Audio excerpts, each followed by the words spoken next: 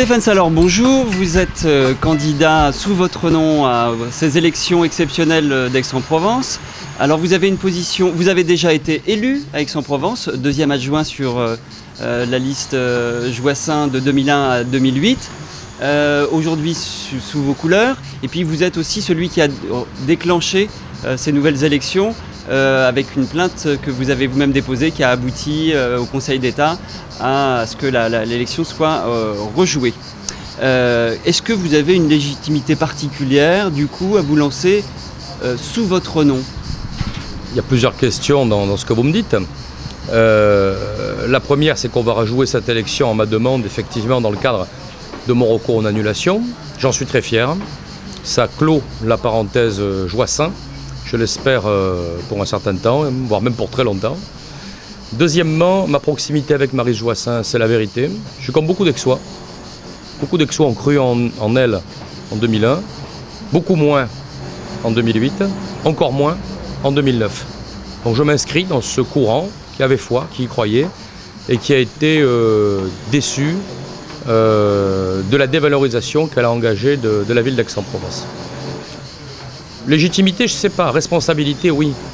C'est-à-dire qu'aujourd'hui, très clairement, en obtenant cette annulation, j'ai la responsabilité de proposer aussi une alternative qui soit dans la logique de l'annulation. Une alternative crédible. Une liste socio-professionnelle, associative, de gens engagés dans la vie de la cité. Une liste capable de gérer dans les compétences. C'est le besoin fondamental de la ville d'Aix aujourd'hui. J'ai choisi de mener cette liste. Je le fais avec beaucoup d'entrain. Une équipe. À votre habitude, quels vont être les premiers dossiers maintenant que vous avez rassemblé des gens? Qu'est-ce que vous proposez sur le concret dans cette ville, à part ouvrir, comme vous dites, réouvrir un peu la démocratie, mais ça c'est un peu tout le monde dit ça autour de Madame Joissains. C'est en tout cas un discours qui circule.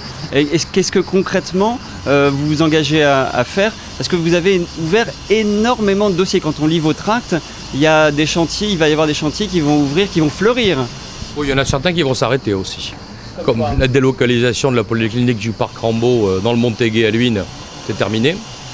La gare routière géante en centre-ville, c'est terminé. Et un certain nombre d'autres choses. Donc moi j'ai choisi quand même d'aller sur des choses extrêmement concrètes. Quand on parle de concertation, c'est pas la bouteille à la mer. La concertation, c'est de redonner aux citoyens les pouvoirs de proximité qu'ils co-géreront avec les élus de terrain. Propreté, circulation, sécurité, nuisance. Tout ça sera co-géré entre le conseil de quartier mis en place par le quartier concerné et l'élu de proximité en charge de ce quartier. Il y a deux niveaux d'élus, il y a des élus de terrain puis des élus qui sont uniquement dans des bureaux? Oui, il y a deux types d'élus. Il y a des élus qui sont élus à la mairie centrale sur des délégations transversales. Et à Aix, vous avez aussi 9 élus de secteur qui couvrent l'ensemble des territoires de la ville.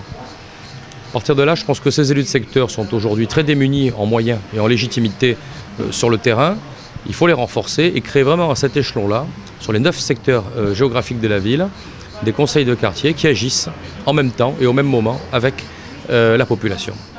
Et alors ça pour quel projet? Parce qu'il y a quand même un cap et des choses concrètes. Ce que je répète, c'est qu'on a l'impression qu'il y a beaucoup de choses. Tout va être discuté, ça veut dire la législature, enfin la mandature va être un peu plus courte. Il va falloir quand même lancer des choses concrètes. On gagne toujours à parier sur la démocratie. Quand je parle de propreté, je veux que les citoyens d'un quartier notent la propreté. Et la capacité à dire que c'est propre ou c'est pas propre. En termes de sécurité, la capacité à s'alarmer et à s'alerter aussi. Ce que je veux, c'est que les gens sentent ce lien cohérent, permanent, crédible entre leur municipalité et leurs conditions de vie quotidienne. Je rendrai le pouvoir aux citoyens d'Aix sur ces questions de proximité. C'est essentiel pour qu'il y ait une vivacité démocratique à Aix et pour que les gens sentent et voient le lien qui est en train de se renouer avec leurs élus. C'est essentiel. Alors ça, c'est sur la proximité. Sur les grands travaux, vous dites que vous allez arrêter le projet de gare en centre-ville. Qu'est-ce qui va remplacer ça? Parce que si on arrête tout et qu'on discute juste dans les quartiers, il y a quand même des projets porteurs à soutenir.